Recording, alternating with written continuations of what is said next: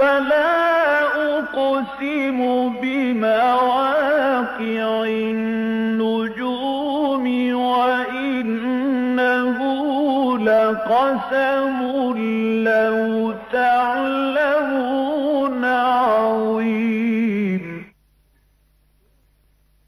إنه لقرآن كريم في كتاب مكنون لا يمسه إلا المطهرون تنزيل من رب العالمين.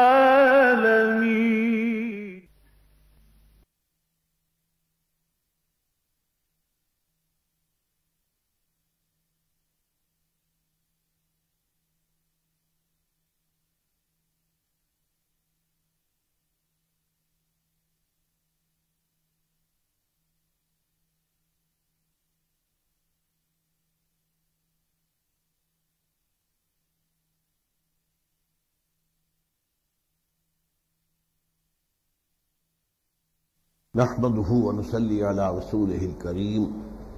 اما بعد فقد قال الله تبارك وتعالى كما ورد في سورة المائدة: اعوذ بالله من الشيطان الرجيم بسم الله الرحمن الرحيم.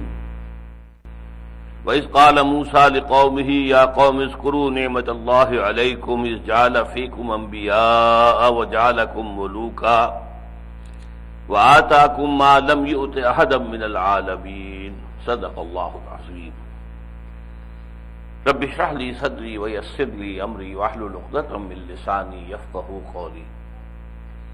اللهم ربنا ألهمنا رشدنا وأعذنا من شرور أنفسنا. اللهم أرنا الحق حقا وارزقنا اتباعه وأرنا الباطل باطلا وارزقنا اجتنابه. آمین یا رب العالمین. سورہ مائدہ کے چوتھے رکوع میں تاریخ بنی اسرائیل کا جو ایک بہت اہم واقعہ بیان ہوا ہے، اس کے لیے ضروری ہے کہ پہلے کچھ جغرافیائی حقائق آپ کے سامنے آ جائیں۔ اس کے لیے ایک خاکہ جو میں نے بنایا ہے وہ آپ کے سامنے یہاں بورڈ پر موجود ہے۔ اوپر جو نیلی لائن چل رہی ہے یہ بحیرہ روم کا ساحل ہے، جنوبی ساحل۔ آپ کو معلوم ہے کہ بحیرہ روم جو ہے جدا کرتا ہے یورپ کو شمالی افریقہ سے، اور یہ نیچے سے جو آ رہا ہے ایک، اور جس کے اوپر جا کے دو کھاڑیاں بن گئی ہیں، یہ ریڈ سی ہے، بحیرہ احمر۔ یہ جدا کرتا ہے افریقہ کے مشرقی ساحل کو ایشیا کے مغربی ساحل سے، یعنی جزیرہ نما عرب کے مغربی ساحل سے۔ اس کے ایک طرف پتلا سا سمندر ہے، یہ اس کے ایک طرف تو جزیرہ نما عرب ہے پورا کا پورا، دوسری طرف شمال سے چلیں اگر تو پہلے مصر آتا ہے، پھر اس کے جنوب میں سوڈان ہے، پھر اس کے نیچے ایتھیوپیا ہے، ایریٹریا ہے۔ یہ مختلف ممالک جو ہیں جو افریقہ کے ہیں وہ اس کے مغرب کی طرف ہیں۔ شمال میں جا کر یہ دو کھاڑیوں میں تقسیم ہو جاتا ہے، دو خلیجیں۔ ایک خلیج مغربی ہے، اس کا نام ہے سویز،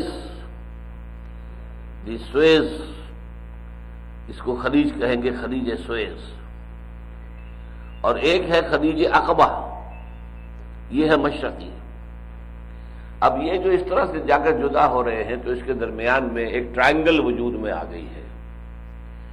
اس ٹرائنگل کا جو بیس ہے وہ شمال میں ہے، وہ بحیرہ روم کا ساحل ہے، اور باقی دو سائڈز جو ہیں، ایک سائڈ جو ہے وہ خلیج سویز جو ہے، گلف آف سویز، اس سے ہوتا ہوا جا رہا ہے، اور دوسرا سائڈ جو ہے خلیج عقبہ سے ہوتا ہوا جا رہا ہے۔ تیسری بات یہ نوٹ کیجئے کہ بنی اسرائیل جب مصر میں داخل ہوئے ہیں حضرت یوسف علیہ السلام کے زمانے میں، تو چونکہ وقت کا جو بادشاہ تھا، اور وہ بادشاہ فرعون نہیں تھا، فرعونہ کے جو مختلف ڈائنیسٹیز ہیں، مختلف خاندان ہیں، وہ ان میں سے نہیں تھا، بلکہ ایک وقفہ ایسا آیا تھا کہ عربین پیننسولا، جزیرہ نما عرب سے ہی کچھ لوگ نکلے اور انہوں نے مصر کو فتح کر دیا۔ تو یہ جو مصر آنے والے تھے جزیرہ نما عرب سے، یہ بھیڑیں بکریاں چرانا ان کا پیشہ تھا، تو یہ آ کے بادشاہ بن گئے مصر کے، تو انہیں چرواہے بادشاہ کہا جاتا ہے، ہکسوس کنگز۔ یہ فرائنہ نہیں ہے، یہ مصری نہیں ہے، یہ باہر سے آ کر آباد ہوئے تھے، انہی میں سے وہ بادشاہ تھا۔ اسی لیے سورہ یوسف میں کہیں لفظ فرعون نہیں آیا، ملک ملک ملک، بادشاہ کا ذکر ہے، بادشاہ کا ذکر ہے، بادشاہ کا ذکر ہے، لفظ فرعون نہیں آیا۔ فرائنہ کی جو مختلف نسلیں ہیں ان میں سے یہ نہیں تھا۔ بہرحال یہ چونکہ اس وقت کا جو بادشاہ تھا ہکسوس کنگز میں سے، وہ حضرت یوسف علیہ السلام کا معتقد ہو گیا، اس کے خواب کی تعبیر بتائی، تعبیر کے ساتھ ہی پھر جو مصیبت آنے والی تھی اس کا حل بتایا، پھر ایک بہت بڑے ذمہ دار عہدے پر فائز ہو کر جو بہت بڑا قحط پڑا وہاں پر، اس کا انتظام کیا، انسلام کیا بہترین طریقے پر۔ تو یہ گویا کہ ایک طرح سے مرشد تھا، ایمان تو نہیں لایا حضرت یوسف علیہ السلام پر، لیکن جیسے کوئی بزرگ ہوتے ہیں جن کو کوئی شخص مانتا ہے کہ یہ بڑی بزرگ شخصیت ہے، ایسے حضرت یوسف کو بادشاہ مانتا تھا۔ لہذا جب بنی اسرائیل کے بقیہ جو خاندان تھے وہ مصر میں، سورہ یوسف میں ہے، اس وقت میں تفصیل میں نہیں جاؤں گا کہ کیا واقعہ ہوا، کیا ماجرا ہوا۔ بہرحال تو حضرت یوسف علیہ السلام نے انہیں مصر کا بہترین علاقہ جو تھا وہ عطا کیا، وہ جشن کا علاقہ کہلاتا ہے، لکھا ہوا ہے یہاں پہ جشن، یا جوشن بھی کہتے ہیں، جشن بھی کہتے ہیں۔ یہ صرف دریائے نیل کا ڈیلٹا ہے، دریائے نیل جنوب سے آ رہا ہے، یہ سوڈان سے ہو کر آتا ہے اور پھر مصر میں داخل ہوتا ہے، اور ایک سیدھی لکیر کے مانند شمال کی طرف جاتا ہے، لیکن بحیرہ روم میں گرنے سے پہلے اس کی شاخیں ہو جاتی ہیں متعدد، تو ڈیلٹا بنتا ہے، اور وہ علاقہ بے انتہائی زرخیز ہوتا ہے۔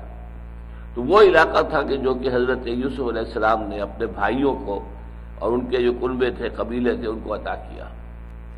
تقریباً 250-300 برس تک یہ لوگ مصر میں بڑے عیش میں، بڑے آرام میں رہے، جیسے ہمارے یہاں ہوتا ہے پیر زادے تھے، یہ حضرت یوسف کی نسل، حضرت یوسف کے خاندان والے، حضرت یوسف کے رشتہ دار۔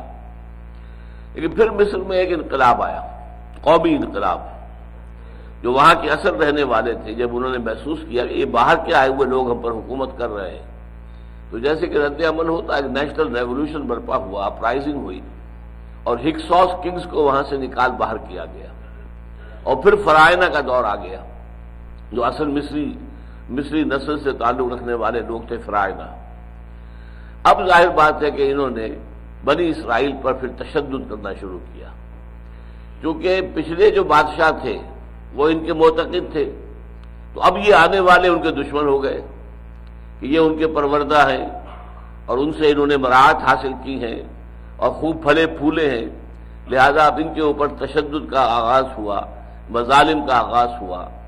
اور وقت کا بادشاہ جو تھا منفتاح اس کا نام تھا، حضرت موسیٰ علیہ السلام کے زمانے کا بادشاہ جو فرعون تھا، اس نے خواب دیکھا کہ کوئی ایک بچہ بنی اسرائیل میں پیدا ہوا ہے جو میری سلطنت کے ٹکڑے کر دے گا، لہذا اس نے فیصلہ کیا کہ بنی اسرائیل میں جو بھی بیٹا پیدا ہو کسی عورت کے، اسے قتل کر دیا جائے، صرف بیٹیوں کو زندہ رکھا جائے۔ اللہ تعالیٰ نے ایک معجزے کے ذریعے سے، ایک خاص طریقے سے حضرت موسیٰ علیہ السلام کو، جو اسرائیلی تھے، بچایا۔ ان کی ماں کو وحی کی کہ اسے ایک صندوق میں بند کر کے دریا میں بہا دو، باقی ہم جانے اور یہ جانے، تم مطمئن رہو کہ یہ ضائع نہیں ہوگا انشاءاللہ تمہارا بچہ۔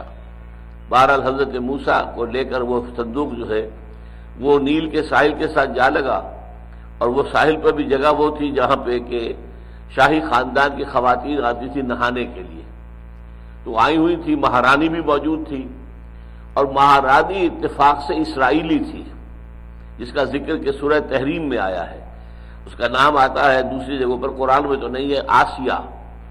یہ بہت نیک خاتون تھی، بہت نیک خاتون، بہت نیک خاتون، اسرائیلی تھی، اپنے حسن کی وجہ سے، جو بھی نسوانیت ان کے اندر تھی اس کی وجہ سے بادشاہ نے ملکہ بنا لیا تھا، اور بادشاہ انتہائی محبت کرتا تھا۔ یہ اندازہ ہو گیا تھا بادشاہ کو کہ یہ اسرائیلی بچہ ہے جو بچ کر آ گیا ہے، اور وہ قتل کرنے پر تلا ہوا تھا، لیکن اس بیوی نے کہا قرۃ عین لی ولک، کیوں قتل کرتے ہو، یہ میری اور تمہاری آنکھوں کی ٹھنڈک بنے گا، یہ گورا چٹا گول مٹول سا بچہ جو ہے خوبصورت انتہائی۔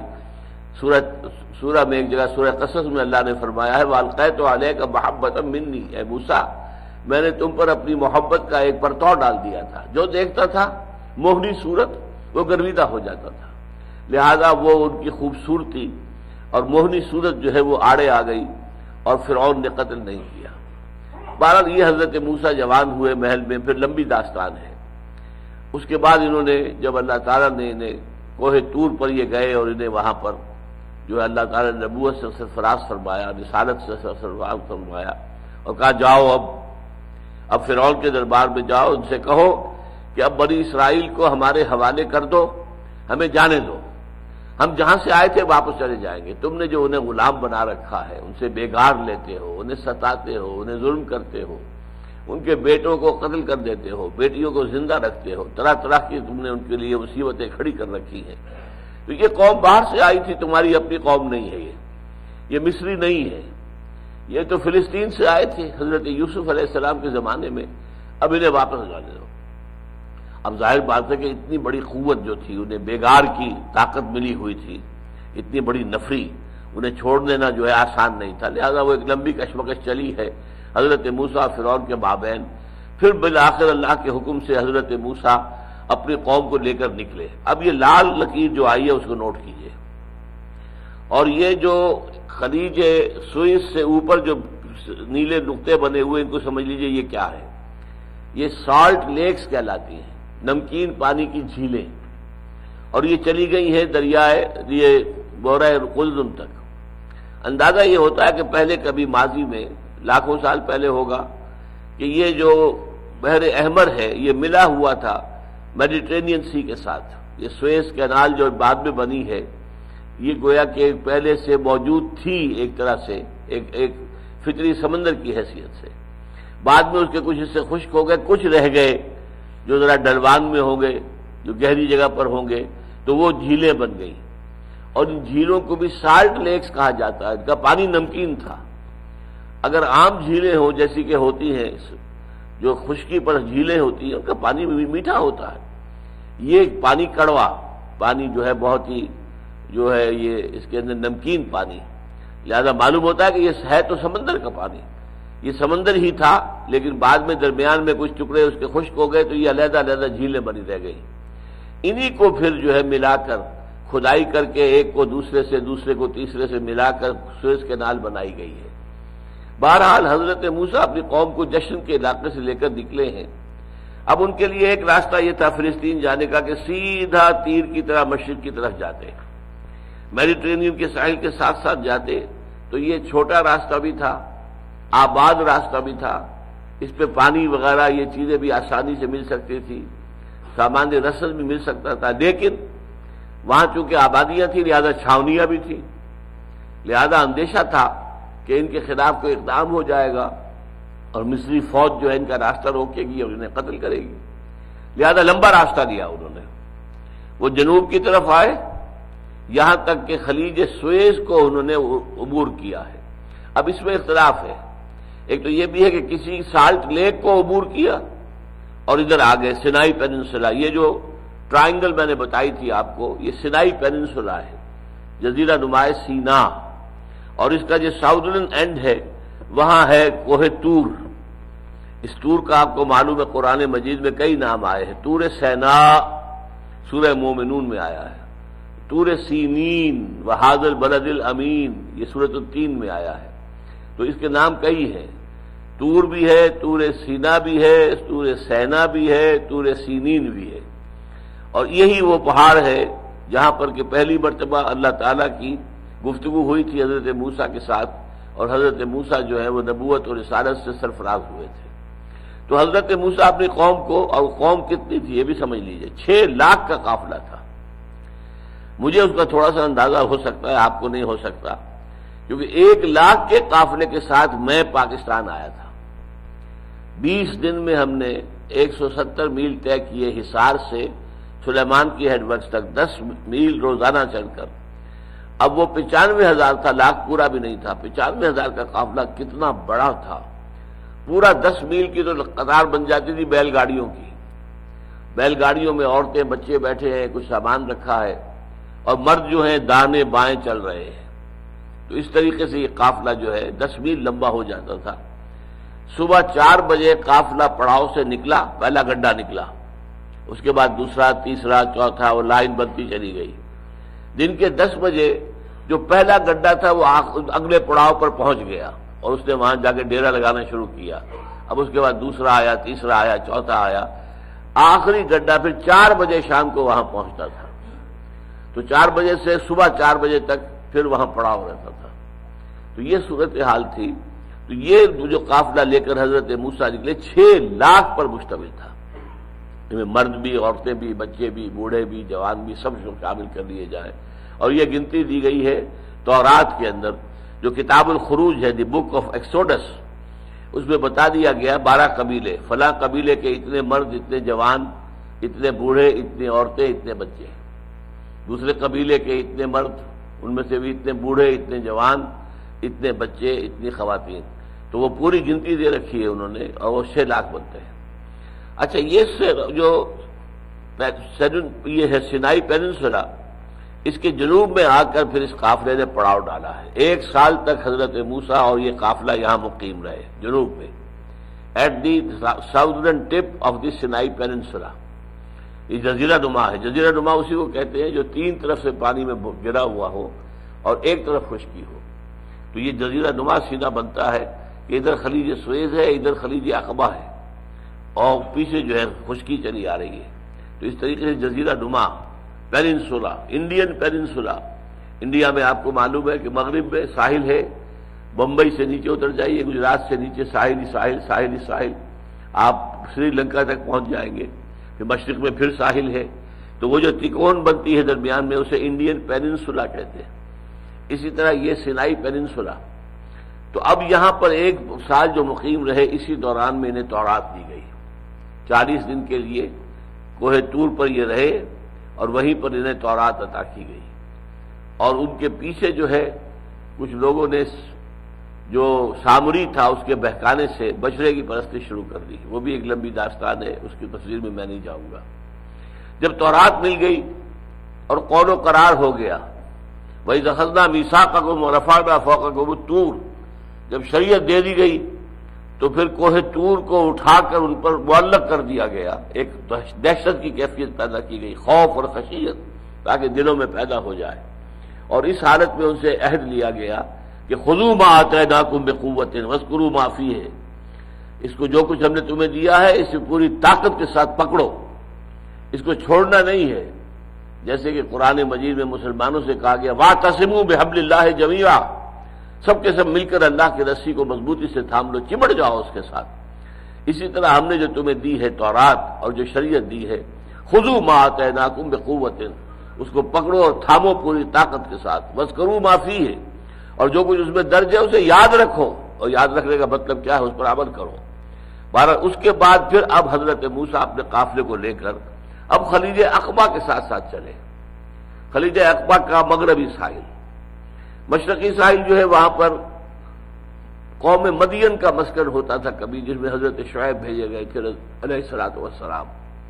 بہرحال مغرب کے ساتھ ہوتے ہوئے یہ پھر جب اوپر آئے ہیں تو یوں سمجھیے کہ آج کل بڑی آسانی سے سمجھ میں آ جائے گا، غازہ کی پٹی کے قریب جب پہنچے ہیں۔ یہ غازہ جو ہے یہ گیٹ وے ہے ٹو پیلسٹائن، فلسطین کا دروازہ ہے کہ جہاں سے اب آگے فلسطین شروع ہو جاتا ہے۔ یہاں پہنچ کر پھر حضرت موسیٰ علیہ السلام نے اپنی قوم سے کہا کہ اب قتال کا وقت آ گیا، تمہیں جنگ کرنی ہوگی۔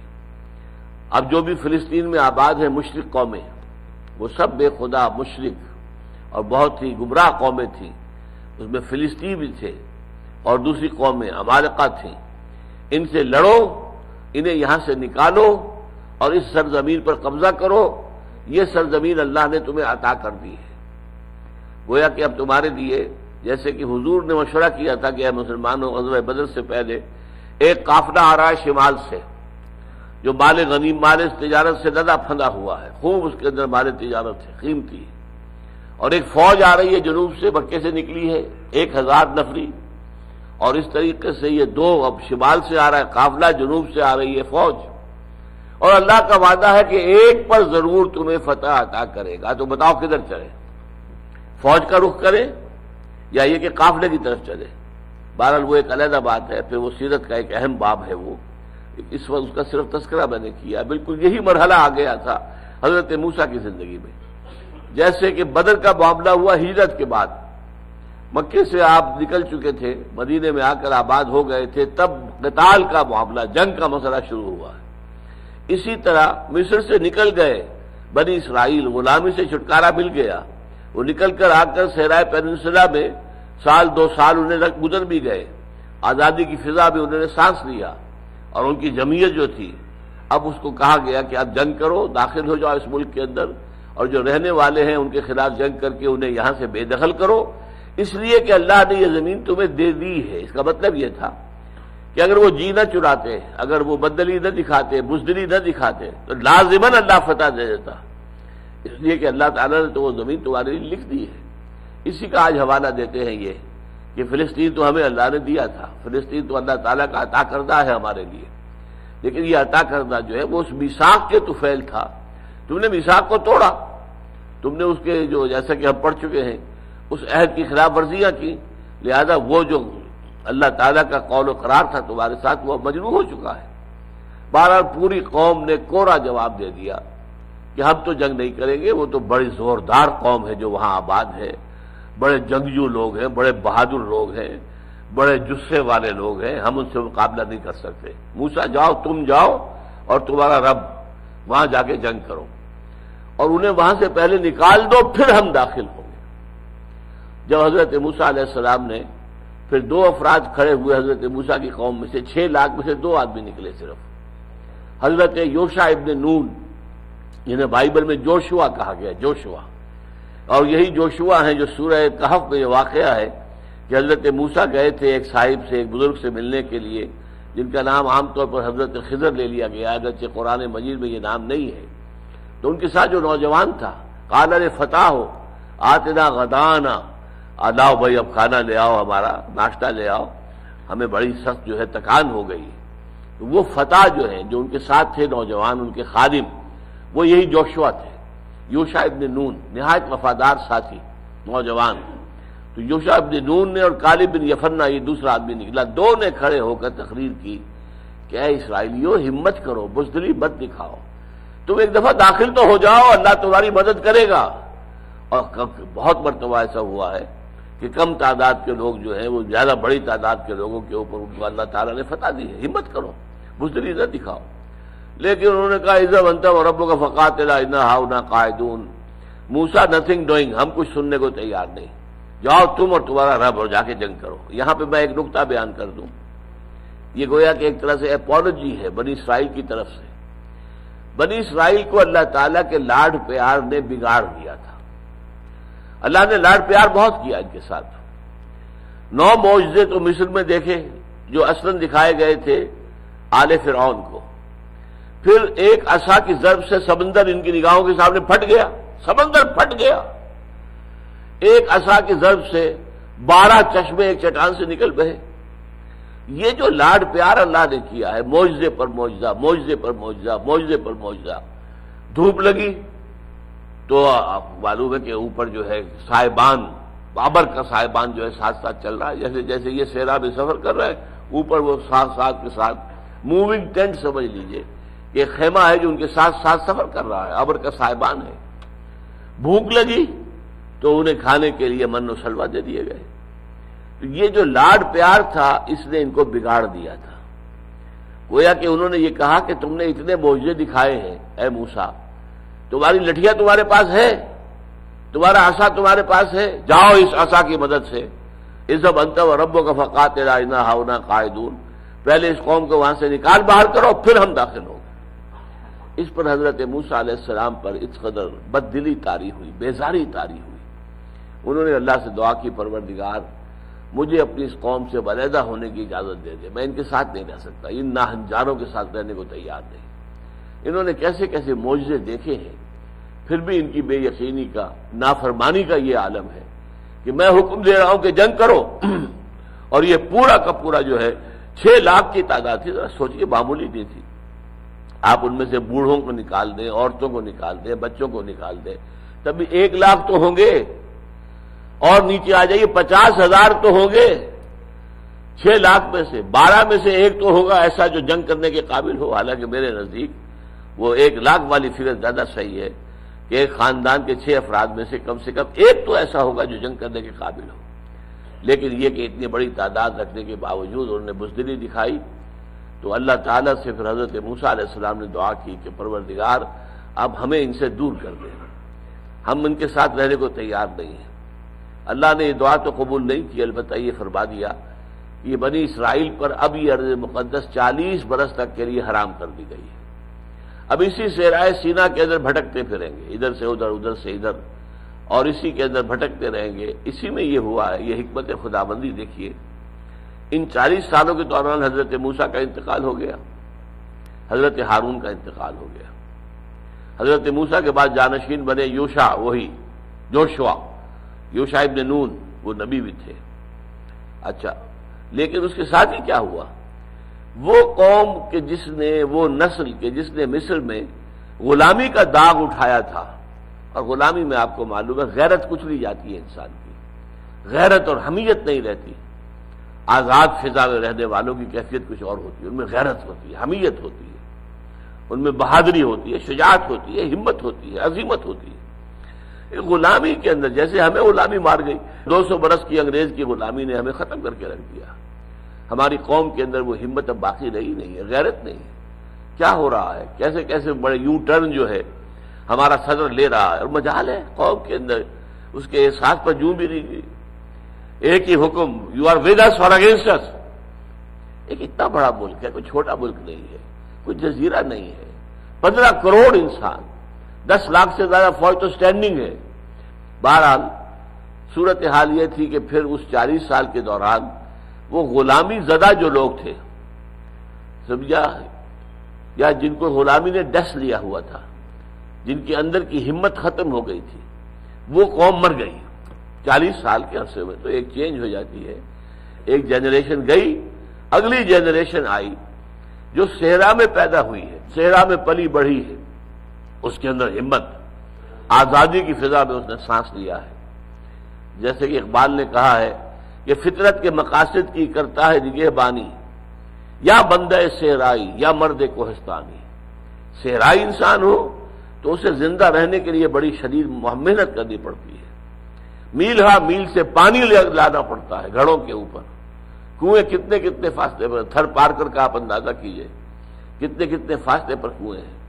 کنویں پانی لانا یہ ہماری طرح تھوڑا ہی ہے، ٹیپ کو ذرا کھولا اور پانی موجود ہے، چلا آ رہا ہے. میدانی علاقوں کے اندر تو پانی اتنا ہوتا ہے، آپ کنواں کھود لیجئے، تھوڑے سے دور فاصلے پر آپ کو پانی نکل آئے گا. وہاں جا کے دیکھیے کہ سینکڑوں فٹ نیچے جائیے تو پانی ملے گا، اور اسے انسان تو کھینچ بھی نہیں سکتا. وہ تو اونٹ ہوں یا بیل ہوں، وہ اس کو کھینچتے ہیں پانی کو، اس لیے کہ وہ کئی 100 فٹ نیچے سے پانی لے رہے ہیں. تو جن کے اوپر اس قدر تنگی ہوتی ہے، پھر کھانے کو صحرا میں کیا پیدا ہوتا ہے.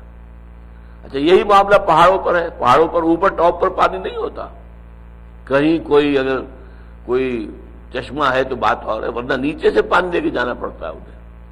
پانی لے کر چڑھنا اوپر ان کی عورتیں یہ کرتی ہیں، گھڑے سروں پر رکھے ہوئے یا کچھ اور چھوٹی گھڑیاں، ان کو لے کر چڑھنا پہاڑ کے اوپر کرتی ہیں.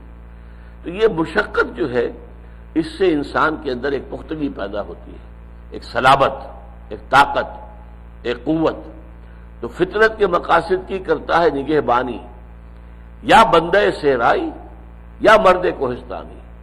یہی بات مجھے یاد آئی کہ کہی تھی کبھی بھٹو صاحب نے، Zulfiqar Ali Bhutto, we are animals of the desert. ہم ڈیزرٹ کے حیوانات ہیں، کیونکہ یہ سندھ بھی جو ہے وہ ڈیزرٹ کا علاقہ ہے، اکثر و بیشتر علاقہ ڈیزرٹ ہے. We are from the desert. اور ڈیزرٹ کے لوگ جو ہیں وہ بڑے ہمت والے ہوتے ہیں. اور واقعہ یہ کہ ثابت ہوا ہے کہ سندھیوں میں ہمت والے ہیں، پنجاب میں کوئی ہمت والا نہیں نکلا، آج تک نہیں نکلا. وہ ایک کانا نکلا تھا کبھی، وہ سکھ جو ہے رنجیت سنگھ، باقی کون نکلا. تو واقعہ یہ ہوا، بھٹو نے جان دے دی، کسی طرح پیچھے ہٹنے کو تیار نہیں ہوا. ورنہ ذرا معافی مانگتا، تھوڑا سا خم کھا جاتا، تھوڑا سا جھک جاتا تو جان بچ جاتی، جان دے دی. بہرحال یہ مضمون ذرا علیحدہ ہو گیا. تو میں کہہ یہ رہا تھا کہ 40 سال جو ان کا صحرائے تیہ کے اندر بھٹکتے پھرنا ہوا ہے، تو ایک اعتبار سے اے بون ان ڈسگائز ان کے لیے ایک طرح سے نعمت ہو گئی کہ وہ بزدل قوم جو تھی، جو غلامی کا داغ جس پر لگا ہوا تھا، جس کی غیرت و حمیت ختم ہو چکی تھی، وہ ختم ہو گئی، اور نئی نسل جو صحرا میں پیدا ہوئی، سختیاں جھیلی، مصیبتیں برداشت کی، مشقتوں کے عادی ہوئے، وہ جوان ہوئی۔ پھر حضرت یوشع ابن نون کی قیادت میں انہوں نے جہاد کیا، قتال کیا۔ 40 برس کے وقفے کے بعد قتال ہوا ہے، اور پہلا شہر جو فتح کیا انہوں نے جیریکو، کیونکہ یہ نام آج کل آتے ہیں اخبارات کے اندر، جیریکو یہ اسرائیل کا، بلکہ ویسٹ بینک کا کہنا چاہیے، اصل تو اسرائیل کا نہیں، اس وقت اسرائیل کا قبضہ ہے۔ پہلے اس کا نام اریحا تھا، اریحا سے جیریکو بن گیا ہے۔ تو جیریکو پہلا شہر تھا کہ جو اسرائیلیوں نے فتح کیا تھا حضرت یوشع ابن نون علیہ الصلوۃ والسلام کی سرکردگی میں، لیکن حضرت موسیٰ کے زمانے میں انہوں نے صاف کورا جواب دے دیا تھا۔ اب یہ آیتیں پڑھ لیجئے، کیونکہ اس کا جو بھی مفہوم ہے وہ سارا سامنے آ گیا ہے، لہذا اب تو بیشتر جو ہے ترجمہ ہی رہ گیا ہے۔ وَإِذْ قَالَ مُوسَىٰ لِقَوْمِهِ يَا قَوْمِ اذْكُرُوا نِعْمَةَ اللَّهِ عَلَيْكُمْ، اور یاد کرو جب کہ کہا تھا موسیٰ نے اپنی قوم سے، اے میری قوم کے لوگوں، ذرا یاد کرو اللہ کا انعام و اکرام جو تم پر ہوا ہے، اذ جعل فیکم انبیاء، جبکہ تمہارے اندر اللہ نے انبیاء اٹھائے۔ تمہارے جد امجد یعقوب نبی تھے، ان کے بیٹوں میں سے حضرت یوسف نبی تھے، پھر اللہ نے انہی کی نسل میں سے یہ حضرت ہارون، حضرت موسیٰ، ان کو اٹھایا نبی کی حیثیت سے۔ ایک رائے یہ بھی ہے کہ اس میں مستقبل کی طرف بھی اشارہ ہے کہ تمہارے ہاں اب یہ نبوت کا سلسلہ ٹوٹے گا نہیں، 1400 برس تک نبوت جاری رہے گی، تو یہ ایک پیشن گوئی بھی ہے۔ وَجَعَلَكُم مُلُوكًا، اور تمہیں بادشاہ بنایا۔ بادشاہ بنانے کے لیے خاص طور پر جو ہے وہ تعویل کرنی پڑتی ہے، اس لیے کہ جس وقت تک یہ قوایات جس واقعے کے پس منظر میں آ رہی ہیں، اس وقت تک تو ان کے ہاں بادشاہ کبھی نہیں آئی تھی۔ یا تو یہ کہیے کہ جشن کے علاقے میں جو انہیں ٹھاٹھ میسر تھے، جو انہوں نے عیش کیا ہے، اس کو تعبیر کیا جا رہا ہے کہ تمہیں بادشاہ دے دی تھی، یا یہ ہے کہ مستقبل کے لیے اس میں پیشن گوئی ہے، تم میں داؤد جیسے بادشاہ ہوں گے علیہ الصلوۃ والسلام، تمہارے اندر سلیمان جیسے بادشاہ ہوں گے علیہ الصلوۃ والسلام۔ تو ذرا اللہ تعالیٰ کے انعام و اکرام کو یاد کرو۔ وَإِذْ قَالَ مُوسَىٰ لِقَوْمِهِ يَا قَوْمِ اذْكُرُوا نِعْمَةَ اللَّهِ عَلَيْكُمْ إِذْ جَعَلَ فِيكُمْ أَنبِيَاءَ وَجَعَلَكُم مُلُوكًا وَآتَاكُم مَّا لَمْ يُؤْتِ أَحَدًا مِّنَ الْعَالَمِينَ، اور تمہیں وہ ساری چیزیں دی جو تمام جہانوں میں سے کسی کو نہیں دی۔ یہ میں آپ سے عرض کر چکا ہوں کہ سب سے بڑی شے جو اللہ تعالیٰ نے ان کو دی وہ توحید تھی، توحید پر یہ قائم رہے۔ کبھی کبھی بہت سے لوگ ان کے ایسے تھے کہ جو پڑوسی جو لوگ تھے مختلف ممالک کے اندر، جو مشرکین تھے، ان کے زیر اثر آ کر انہوں نے بھی شرک اختیار کیا، اور مشرکہ عورتوں سے شادیاں کر کے یا انہیں کنیزیں بنا کر اپنے گھروں میں ڈالا، تو عورت جو ہے اس کے اثرات تو انہیں پھیلتے ہیں۔ اگر ان سے نسل ہوئی، ان سے اولاد بھی ہو گئی، تو ماں کے اثرات کو قبول کرے گی، لہذا ان کے ہاں شرک آیا ہے، لیکن بحیثیت مجموعی ایک قومی سطح پر کبھی شرک نہیں آ سکا۔ یہ معاملات علیحدہ ہیں، یہ اسٹرے انسیڈنٹس ان کو کہیں گے ہم، لیکن بحیثیت مجموعی اس پوری قوم کے لیے شرک کبھی نہیں آیا، یہ توحید پر قائم رہے۔ آتاکم ما لم یؤت احد من العالمین، تمہیں وہ کچھ دیا ہے، تمہیں تورات جیسی کتاب دی ہے، تمہیں شریعت دے دی ہے۔ یہ ساری باتیں کب ہو رہی ہیں؟ جیسا کہ میں بتا چکا ہوں، جبکہ وہ صحرائے سینا کے ساؤدرن ٹپ سے 1 سال وہاں پڑاؤ رکھنے کے بعد اور تورات ملنے کے بعد پھر چلے ہیں، اس میں بھی وقت لگا ہوگا کافی، اس لیے کہ خلیج عقبہ کے ساتھ ہو کر ساتھ چل کر اور پھر غزہ کے علاقے تک پہنچ جانا، جو گیٹ وے ٹو پیلسٹائن ہے، تو وہاں تک پہنچنے میں وقت لگا ہوگا۔ تو اتنا وقت لگا ہے، تو اس میں یہ کہ اللہ تعالیٰ نے تمہارے پر انعامات کیے، احسانات کیے۔ یا قوم ادخلوا الارض المقدسۃ التي كتب اللہ لکم، اے میری قوم کے لوگوں داخل ہو جاؤ اس ارض مقدس میں۔ یہ ارض مقدس ہے، یہ فلسطین پورا کا پورا ارض مقدس ہے، جس کو کہا گیا ہے سورہ بنی اسرائیل میں الذی بارکنا حولہ۔ یروشلم جو ہے شہر، وہ تو اپنی جگہ پر ہے، اس کے آس پاس کا علاقہ جو ہے، اس کے ارد گرد جو ہے، یہ بھی مقدس سرزمین ہے اللہ کی۔ سینکڑوں انبیاء یہاں ہوئے، سینکڑوں انبیاء وہاں دفن ہیں، ابو الانبیاء حضرت ابراہیم علیہ السلام وہاں دفن ہے، حضرت اسحاق حضرت یعقوب وہاں دفن ہے، پھر بنی اسرائیل کے بہت انبیاء جو ہوئے ہیں، جیسا کہ میں نے کہا 1400 برس تک جو ہے ان کی جو ہے وہ ایک تار ٹوٹا ہی نہیں، مسلسل نبی رہے۔ اذا ہلک نبی خلفہ نبی، جب بھی کوئی نبی فوت ہوتا تھا اس کی جگہ کوئی اور دوسرا نبی جو ہے لے لیتا تھا، تار ٹوٹا نہیں ہے۔ اے میری قوم کے لوگوں، داخل ہو جاؤ اس مقدس سرزمین میں جو اللہ نے تمہارے لیے لکھ دی ہے، اللہ نے طے کر دیا ہے، فیصلہ کر دیا ہے۔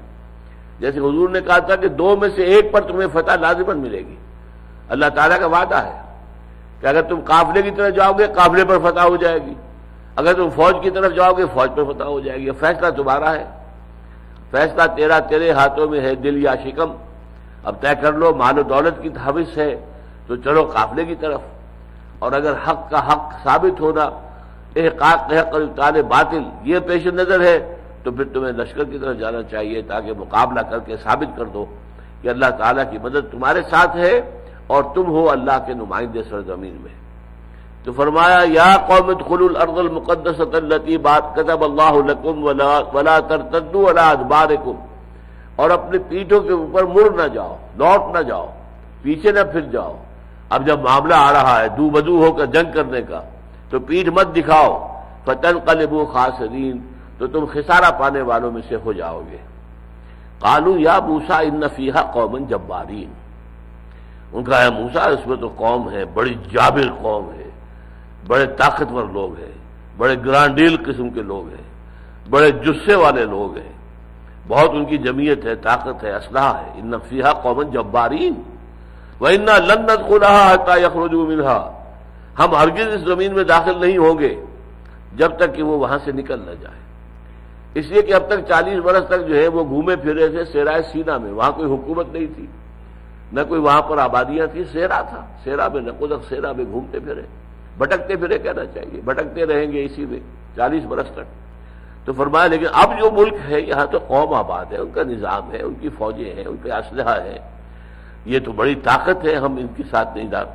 انا لن ندخلها حتى يخرجوا منها، ہم نہیں داخل ہوں گے اس میں یہاں تک کہ وہ نکل جائیں اس سے۔ فإن يخرجوا منها فإنا داخلون، اگر وہ نکل جائیں گے تو پھر ہم داخل ہو جائیں گے۔ یہاں پھر وہ نقطہ یاد کر لیجیے جو میں نے عرض کیا تھا، ایک تو بزدلی جو غلامی کی وجہ سے بزدلی طاری ہو چکی تھی، اور دوسرے ان کے اندر جو لاڈ پیار اللہ کا ہوا تھا، ایک معجزے کے بعد دوسرا، دوسرے پر تیسرا، تیسرے پر چوتھا، تو گویا کہ ان کو یہ کہنے کا ایک جواز ان کے پاس تھا کہ تمہاری لاٹھی نے، تمہارے عصا نے ایسے ایسے کرتب دکھائے ہیں تو ان کو بھی نکال باہر کرو اس سے، ہمیں لڑنے کی زحمت کیوں دیتے ہو؟ لڑیں گے تو ظاہر بات ہے کہ ہم ماریں گے بھی تو مریں گے بھی، ہماری جانیں بھی تو جائیں گی نا۔ یقاتلون فی سبیل اللہ فیقتلون ویقتلون، اللہ کی راہ میں قتال کرتے ہیں تو قتل کرتے بھی ہیں، قتل ہوتے بھی ہیں، تو اس کی وجہ تمہارے پاس لاٹھی موجود ہے، تمہارا عصا ہے، معجزہ ہے۔ اس نے ایک چٹان میں سے 12 چشمے برآمد کیے، اس نے سمندر کو پھاڑ دیا، یہ تو انسان ہے، سمندر کو پھاڑ دیا۔ تو یہ تعویل ہے جو میں کر رہا ہوں اس کی، کہ ان کی جو موقف تھا اس کے پیچھے یہ باتیں موجود تھیں۔ فَإِن يَخْرُجُوا مِنْهَا فَإِنَّا دَاخِلُونَ قَالَ رَجُلَانِ مِنَ الَّذِينَ يَخَافُونَ أَنْعَمَ اللَّهُ عَلَيْهِمَا، کہا دو آدمیوں نے، رجلان تثنیہ کا صیغہ ہے، تو کہا دو آدمیوں نے ان لوگوں میں سے کہ جو اللہ کا خوف رکھتے تھے، خشیت رکھتے تھے، متقی تھے، اللہ سے ڈرتے تھے۔ انعم اللہ علیہما، ان دونوں پر اللہ نے بڑا انعام کیا تھا، ہدایت سے سرفراز کیا تھا، ان کو یقین کی دولت دی تھی، ایمان کی اس کا سرمایہ عطا کیا تھا۔ تو انہوں نے کہا اپنے قوم کے لوگوں سے ادخلوا علیہم الباب، داخل ہو جاؤ، دروازے میں گھس جاؤ۔ اب دروازہ کیا ہے؟ وہاں کوئی دروازہ بنا ہوا نہیں تھا، بلکہ یہ دروازہ، یہ غازہ کا علاقہ جو ہے یہ دروازہ تھا، گیٹ وے ٹو پیلسٹائن۔ اب اس میں گھس جاؤ، داخل ہو جاؤ۔ ادخلوا علیہم الباب فاذا دخلتموہ فانکم غالبون، اگر تم داخل ہو گئے تو غالب تم ہی ہو گئے۔ کیوں؟ اللہ کا وعدہ ہے، کتب اللہ لکم، یہ زمین تو اللہ تمہیں دے چکا ہے، لکھ چکا ہے تمہارے نام، وثیقہ ہو چکا ہے اللہ کی طرف سے، یہ تمہیں دی جا چکی ہے زمین۔ لہذا کم ہمتی نہ دکھاؤ، بزدلی نہ دکھاؤ، کمزوری نہ دکھاؤ، آگے بڑھو، داخل ہو جاؤ، داخل ہو جاؤ گے تو فتح تمہاری ہے۔ قال رجلان من الذين يخافون انعم الله عليهما ادخلوا عليهم الباب فَإِذَا دَخَلْتُمُوهُ فَإِنَّكُمْ غَالِبُونَ وَعَلَى اللَّهِ فَتَوَكَّلُوا اور اللہ پر توکل کرو ان کنتم مومنین اگر تم مومن ہو تو تمہارا توکل اللہ پر ہونا چاہیے. اللہ کی مدد آئے گی، اللہ کی نصرت آئے گی. اللہ کا وعدہ ہے کہ یہ ارض مقدس وہ تمہیں دے چکا ہے، تمہیں عطا کر چکا ہے، لہذا اللہ تعالیٰ اپنے وعدے کا لحاظ کرے گا، پاس کرے گا، تمہیں دے دے گا. اگر تم مومن ہو تو تمہیں اللہ کے وعدے پر یقین ہونا چاہیے. قالوا یا موسیٰ انا لن ندخلها ابدا ما داموا فیہا. اب یہ ہے کیٹیگوریکل انداز. کہا موسیٰ کچھ بھی ہو ہم ہرگز داخل نہیں ہوں گے اس ملک میں جب تک کہ اس کے رہنے والے اس کے اندر موجود ہیں. چنانچہ وہ دونوں اشخاص جو ہیں حضرت یوشع ابن نون اور حضرت کالب ابن یفنہ، ان دونوں کا واس بھی بیکار گیا. اب 4 آدمی رہ گئے، صرف 2 نبی، حضرت موسیٰ حضرت ہارون دونوں بھائی، اور 2 ان کے ساتھی یوشع ابن نون اور کالب ابن یفنہ. اب ظاہر بات ہے 4 آدمی تو قتال نہیں کر سکتے. قتال جو ہے ان میں سے کم 1 لاکھ میں سے 20-25 ہزار ہی نکل آئے ہوتے، تو کم سے کم یہ کہ ایک نفری ہوتی. آخر حضور کے ساتھ 313 ہی نکلے تھے، لیکن مقابلے میں بھی 1000 تھے. 1 to 3 کی ریشو تھی نا، 1 کے مقابلے میں 3 یا 3 کے مقابلے میں 1 کہہ لیں، تو ریشو اتنی تھی نا. تو اسی طریقے سے ان کی اگر کوئی بڑی فوج ہو، وہ 1 لاکھ فوج لا سکتے ہو، تو 25-30 ہزار کی فوج بھی ان میں سے نکل آتی ہے. اگر 6 لاکھ میں سے، جن میں سے میں سمجھتا ہوں، میں نے آپ سے عرض کیا کہ کم سے کم 1 لاکھ ہوں گے جو جنگ کی صلاحیت رکھنے والے نوجوان ہوں، ورنہ کم سے کم ایٹ دی لیسٹ جا کر بھی کم سے کم 50,000 ہوں گے. قالوا یا موسیٰ انا لن ندخلها ابدا. ابدا آتا ہے عربی زبان میں قطعیت، ہرگز نہیں، کبھی بھی نہیں، کبھی نہیں ہوگا، ہم نہیں داخل ہوں گے، تم جو چاہو کہو. انا لن ندخلها ابدا ما داموا فیہا، جب تک کہ وہ وہاں موجود ہے. فاذهب انت وربک فقاتلا انا هاہنا قاعدون. تو جاؤ تم اور تمہارا رب جا کر جنگ کرو دونوں. اس اللہ حضرت موسیٰ اور اللہ کے مابین ایک اور رابطہ جو تھا وہ اس عصا کا تھا. عصا تمہارے پاس ہے، لے جاؤ. فاذهب انت وربک فقاتلا، تو جاؤ تم اور تمہارا رب اور قتال کرو. انا ہاہنا قاعدون، ہم تو یہاں بیٹھے ہیں. زمیں جنبت نہ جنبت گل محمد، ہم یہاں سے نہیں اٹھیں گے، نہ داخل ہوں گے، نہ حملہ کریں گے، نہ اس ملک کے اندر داخل ہوں گے جب تک کہ وہاں کے لوگ نکل نہ جائیں. تو جاؤ تم اور تمہارا رب تمہارے ساتھ ہے، تم جا کر انہیں وہاں سے نکال دو، پھر ہم داخل ہو جائیں گے. قال رب انی لا املک الا نفسی واخی. اب دیکھیے یہاں پر کس قدر حسرت کی کیفیت ہے حضرت موسیٰ علیہ السلام پر، کتنی بیزاری. انہوں نے عرض کیا پروردگار مجھے تو اختیار نہیں ہے سوائے اپنی جان کے اور اپنے بھائی کے، میں ہوں حاضر، میرا بھائی ہارون حاضر. یہاں ان 2 کا ذکر نہیں کیا حضرت موسیٰ نے، ورنہ یہ کہ امت میں سے بھی، قوم میں سے بھی 2 آدمی تیار تھے. میں نے آپ کو بتایا یوشع ابن نون اور کالب بن یفنہ تیار تھے، لیکن یہاں آپ نے کہا ہے تو میں اور میرا بھائی. قال رب انی لا املک الا نفسی واخی فافرق بیننا وبین القوم الفاسقین. تو اب تفرقہ کر دے، علیحدگی کر دے ہمارے اور ان فاسق لوگوں کی. یہ ناہنجار قوم جو ہے جس نے اتنے معجزے دیکھے، پھر بھی میری نبوت پر ان کا ایمان نہیں ہوا، پھر بھی تیری ذات پر، تیری قدرت پر ان کا ایمان نہیں ہوا، تیرے وعدے کے اوپر انہیں اطمینان نہیں ہو رہا، تیری نصرت کا انہیں اعتبار نہیں ہو رہا ہے. تو اب ایسے ناہنجار لوگوں کے ساتھ میں رہنے کو تیار نہیں ہوں. اچھا یہ ذرا کنٹراسٹ کے لیے میں آپ کو بتا دوں، حضرت موسیٰ علیہ السلام اگرچہ پلے تھے فرعون کے محل میں، لیکن انہیں معلوم تھا کہ میں اصل میں اسرائیلی ہوں، اور ان کے اندر اسرائیل کے ساتھ اس قدر محبت تھی، اتنی حمیت، اتنی غیرت، کہ وہ واقعہ سورہ قصص میں آتا ہے کہ ایک روز وہ نکلے، انہوں نے دیکھا کہ ایک قبطی اور ایک اسرائیلی دونوں لڑ رہے ہیں. تو جو اسرائیلی تھا اس نے مدد مانگی کہ موسیٰ دیکھو یہ مجھے مار رہا ہے، یہ مجھے پریشان کر رہا ہے، یہ مجھ پر ظلم کر رہا ہے قبطی. حضرت موسیٰ علیہ السلام نے ایک مکہ رسید کیا ہے اس قبطی کے، اس کی جان نکال دی. فوقذہ موسیٰ فقضى علیہ، تو موسیٰ نے اس کو ایک رسید کیا، ایک مکہ، اور اس کا فیصلہ کر دیا، چکا دیا، اس کی زندگی ختم ہو گئی، وہ مر گیا. اتنی حمیت اپنی قوم کے لیے، اتنی محبت. لیکن یہ کہ اب بیزاری کا عالم کیا ہے، رب انی لا املک الا نفسی واخی فافرق بیننا وبین القوم الفاسقین قال فانها محرمۃ علیہم 40 سنہ۔ اب یہاں دیکھیے بڑا پیارا انداز ہے، اللہ نے حضرت موسیٰ کی اس درخواست کا کوئی جواب نہیں دیا، یہ بھی نہیں کہا کہ اللہ نے درخواست رد کر دی، نہیں، کچھ نہیں، اس کا جواب ہی نہیں، منظور نہیں کی، رہنا ہوگا ساتھ ہی، تم ان کی طرف بھیجے گئے ہو، رہو ان کے ساتھ جب تک زندگی ہے، ان کی اصلاح کی کوشش کرتے رہو، ان کو بہتر سے بہتر بنانے کی جدوجہد جاری رکھو۔ تو فرمایا لیکن اب سزا کے طور پر ہم نے ان پر یہ ارض مقدس جو ہے، اگر یہ بزدلی نہ دکھاتے تو ابھی ان کو مل جاتی، لیکن اب ان پر 40 برس تک حرام کر دی گئی۔ یتیہون فی الارض، وہ اسی زمین کے اندر بھٹکتے پھریں گے، سر مارتے پھریں گے۔ اسی لیے اس صحرائے سینا کا نام صحرائے تیہ بھی ہے، مسلمانوں نے اس کا نام رکھا صحرائے تیہ، یتیہون فی الارض، یہ جو لفظ آیا ہے یہاں پر کہ بھٹکتے پھریں گے اسی صحرا کے اندر 40 برس تک۔ اگر یہ بزدلی نہ دکھاتے، جنگ کے لیے تیار ہو جاتے تو ابھی انہیں یہ ارض مقدس مل جاتی، ابھی ہم اسے دے دیتے، لیکن اب انہوں نے جو بھی رویہ ان کا ظاہر ہوا ہے اس کے نتیجے میں اب یہ ارض مقدس ان پر 40 برس تک حرام ہو گئی، یہ زمین اب یہ حاصل نہیں کر سکیں گے، داخل نہیں ہو سکیں گے، اور اسی زمین پہ اسی صحرا تیہ کے اندر بھٹکتے پھریں گے۔ فلا تاسا علی القوم الفاسقین، تو اے موسیٰ تم افسوس نہ کرو، رنج نہ کرو، غم نہ کھاؤ ان فاسق لوگوں کے حالت پر۔ اب ان کا جو انجام ہوگا، 40 برس تک جو سختیاں جھیلیں گے، جو مصیبتیں برداشت کریں گے۔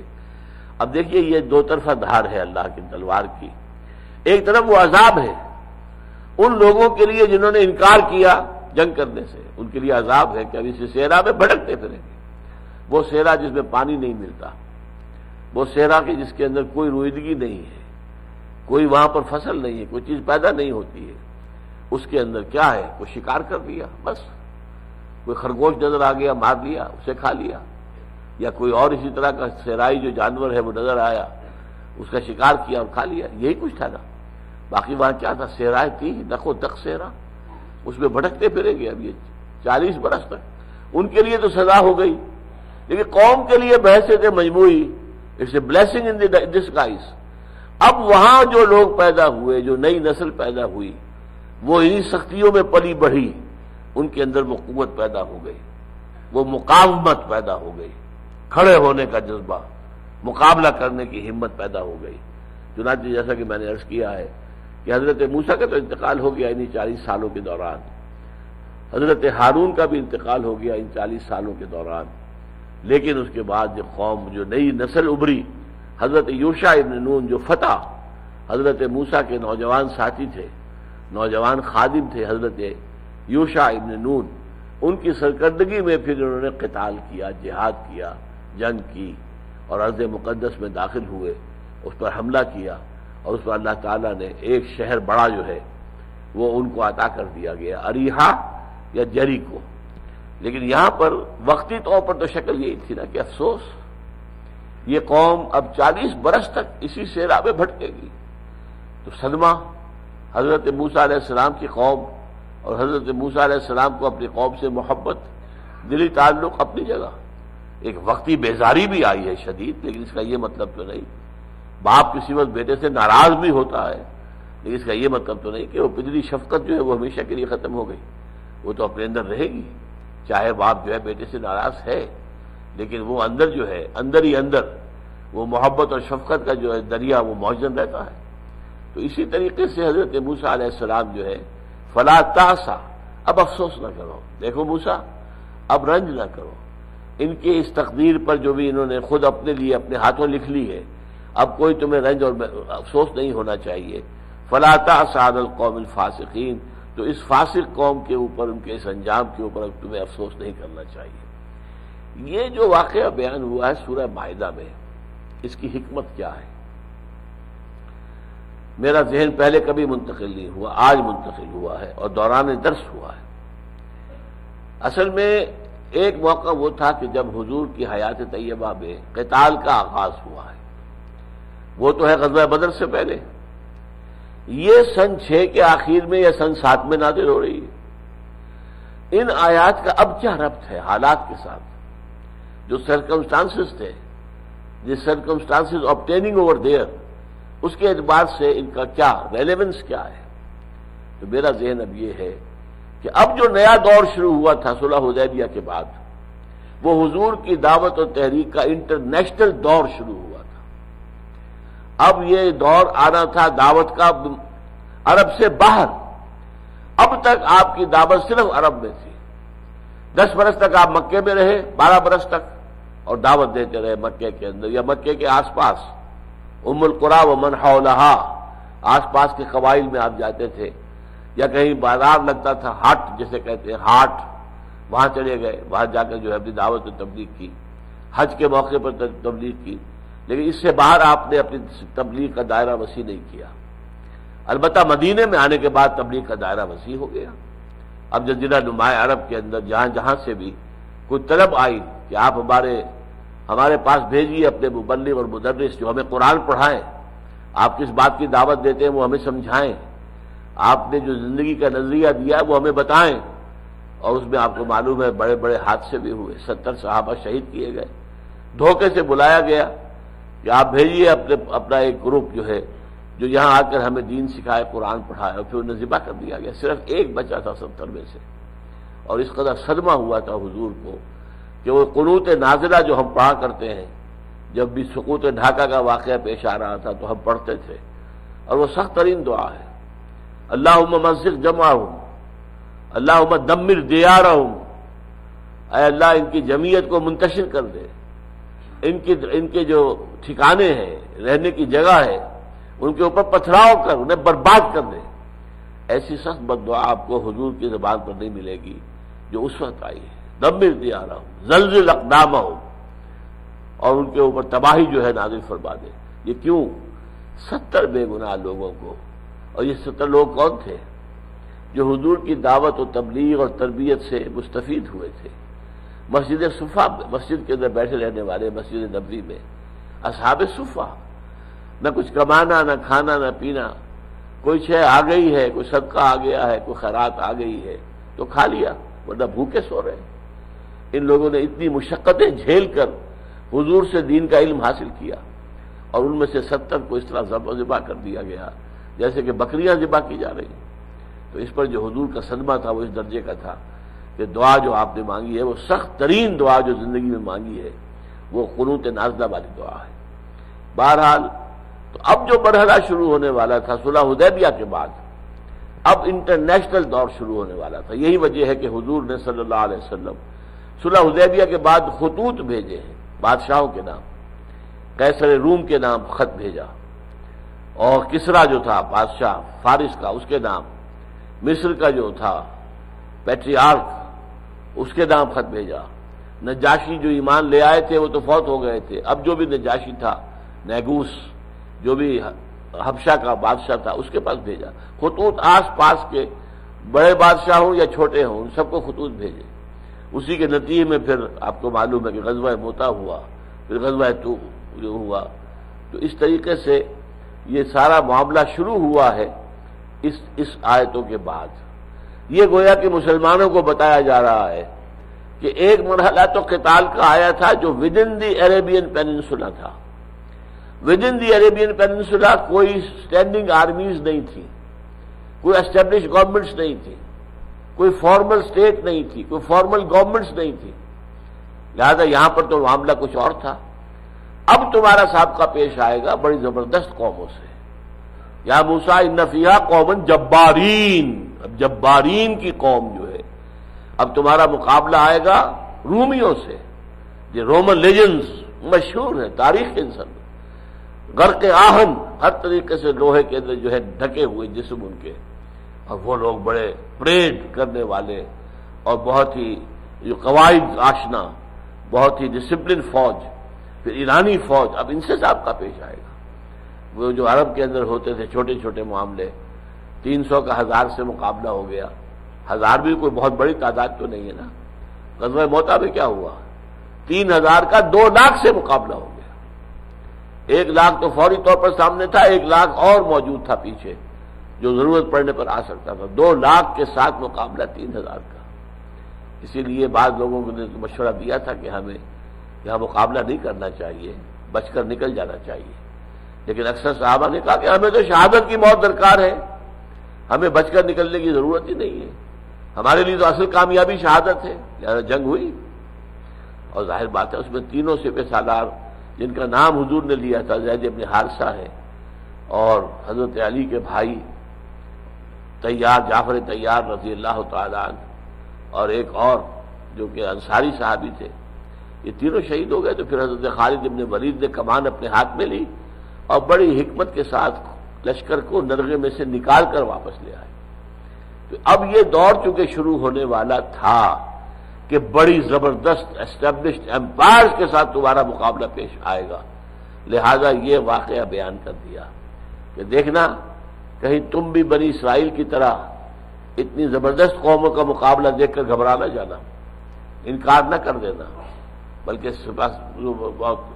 اپنی پوری طریقے سے ان کا مقابلہ کرنا، ان کے سامنے جان سپر ہو جانا، یہ کام تمہیں کرنا ہے۔ کہیں ایسا نہ ہو کہ یہودیوں کی راست کی سنت جو ہے اس پر عمل کر لو اور ان کا طریقہ اختیار کر لو۔ یہ میرے نزدیک ان آیات کا اس مرحلے پر سورہ مائدہ میں نزول کا میرے نزدیک بیک گراؤنڈ ہے، یہ اس کی حکمت ہے۔ واللہ اعلم۔ بارک اللہ لی ولکم فی القرآن العظیم ونفعنی وإیاکم بالآیات والذکر الحکیم۔